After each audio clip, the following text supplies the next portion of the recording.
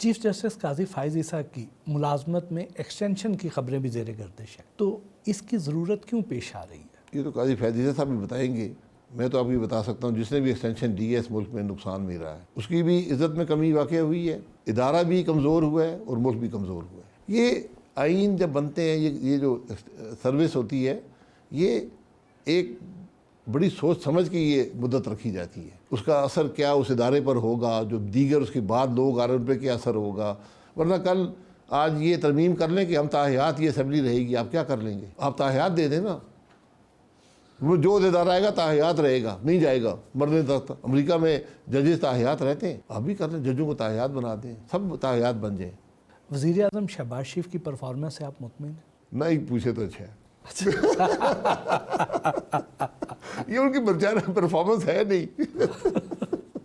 मुल्क वो नहीं चला रहे, वो खुद कहते हैं मैं नहीं चला रहा हूँ, आप लोग ज़बरदस्ती उनके खाते में डालते रहते हैं। पंजाब में मरियम नवाज़ की परफॉर्मेंस कैसी है? परफॉर्मेंस देखें, क्या आवाम के हालात बेहतर हुए हैं?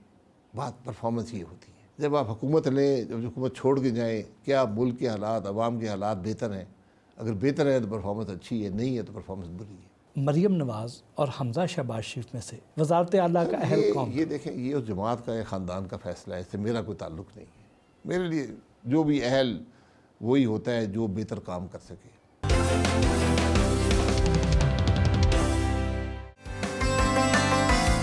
मरी के करीब गांव खजोट में अवाम पाकिस्तान पार्टी की कॉर्नर मीटिंग में शरीक हुए।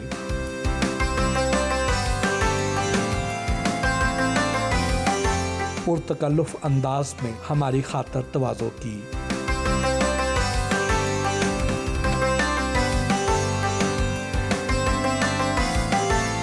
खूबसूरत नज़ारों से घिरे इस खूबसूरत मकाम पर भी शाहिद खाकान अब्बासी से गुफ्तगू का सिलसिला जारी रहा।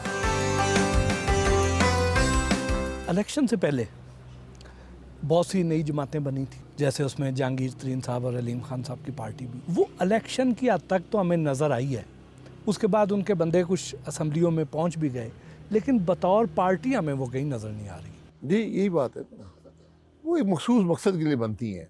आपके सामने पीपल्स पार्टी पार्लियामेंटेरियन बननी थी, काफ लीग बनी, उसके बाद सरजमीन पाकिस्तान बनी, बाप पार्टी भी बनी है, ये खड़ग साहब की जमात बनी, इस्तेकाम पाकिस्तान बनी।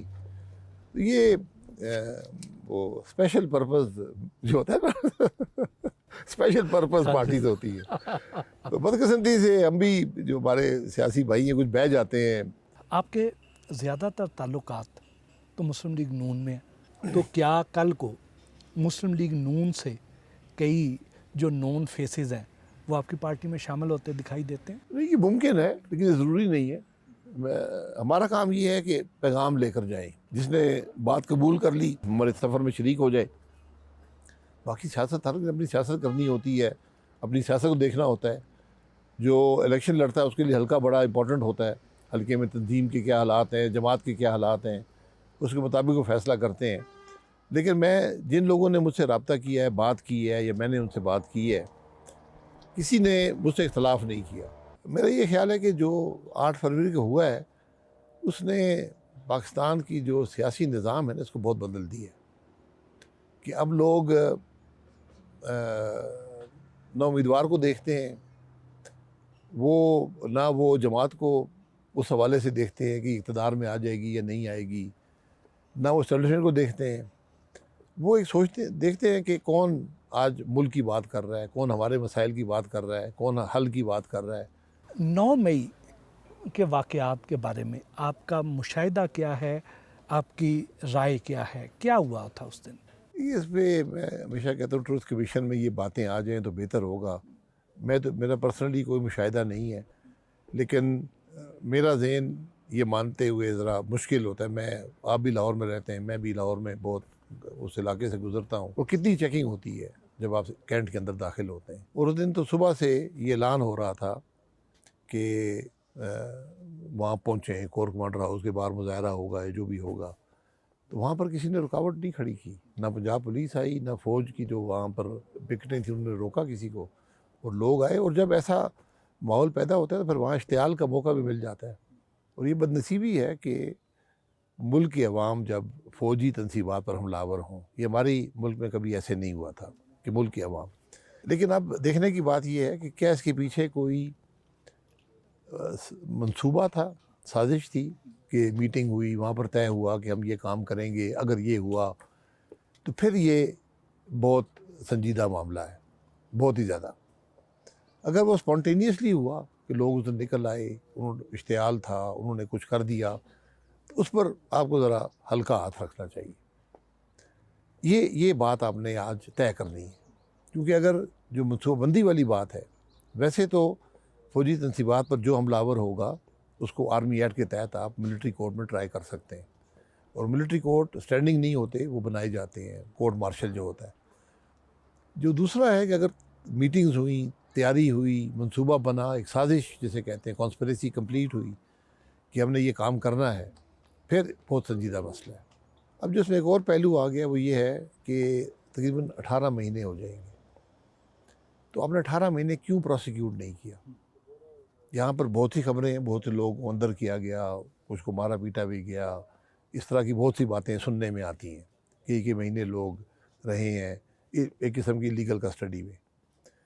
तो वो करने के बजाय हुकूमत की ज़िम्मेदारी थी, ये हुकूमत के पास चॉइस नहीं होती कि कोई आपकी तनसीबात पे हमलावर हो और आप चुप बैठे रहें और कोई उसको प्रोसिक्यूट ना करें। प्रोसिक्यूट करते इमीडिएटली तो उसका बड़ा असर होता।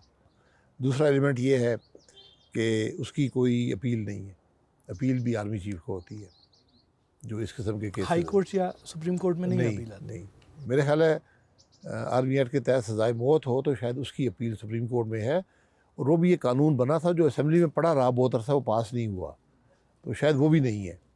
तो अपील का मामला भी एम्बिगुअस है, काफ़ी पेचीदगियाँ हैं, trial of civilians in military court. Imran Khan का मुस्तकबिल क्या देखते हैं आप? सियासतदान का मुस्तकबिल अवाम के हाथ में होता है।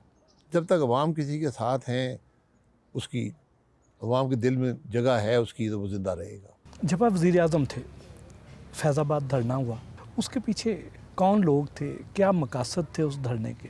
देखिए, मकासद भी मैं जानता हूँ और कौन लोग थे वो भी मैं जानता हूँ, लेकिन वो मैं कोई बात करूँगा तो क्या साराई का हिस्सा होगा। तो मैंने उसको जो सदेबाब किया वो भी इसी हवाले से था, तो मैंने उसको बिल्कुल इग्नोर किया धरने को। तो इससे पेचीदगी पैदा हो गई, वो बड़े परेशान हो गए कि ये तो परवाह ही नहीं कर रहे। तो वो फिर अदालतें भी बीच में पड़ी, अदालतों ने हुक्म फरमाया कि बगैर ज़ोर ताकत इस्तेमाल किए धरने को ख़त्म किया जाए। हालांकि हुकूमत ने कभी नहीं कहा था, एक थर्ड पार्टी से पिटीशन आई, अदालत ने हुक्म दिया, तो पुलिस गई, पुलिस कुछ ना कर सकी, क्योंकि अगलों को पता था कि हथियार तो इस्तेमाल नहीं कर सकते। उन्होंने आंसू गैस मारी, वहाँ से उससे ज़्यादा सख्त आंसू गैस वापस मारी गई। तो बहरहाल फिर एक ही तरीका था कि आप नेगोशिएशन कर लें। फिर नेगोशिएशन हुई, उसमें एहसन इकबाल साहब थे, जनरल फैज़ साहब थे। तो मैंने उनसे कहा था कि आप कमिश्नर या DIG इस्लामाबाद साइन कर दें कागज़ पर। लेकिन वहाँ सुबह जब फैसला हो रहा था तो उनकी डिमांड थी कि फैज़ साहब करें और एहसन इकबाल साहब करें। तो ये फिर फैसला एहसन इकबाल साहब ने ले लिया, वो मेरा फ़ैसला है, हुकूमत के वज़ीर थे, उन्होंने मामले को ख़त्म करने के लिए, ये सारी बात है। हम कुछ सबक नहीं सीखते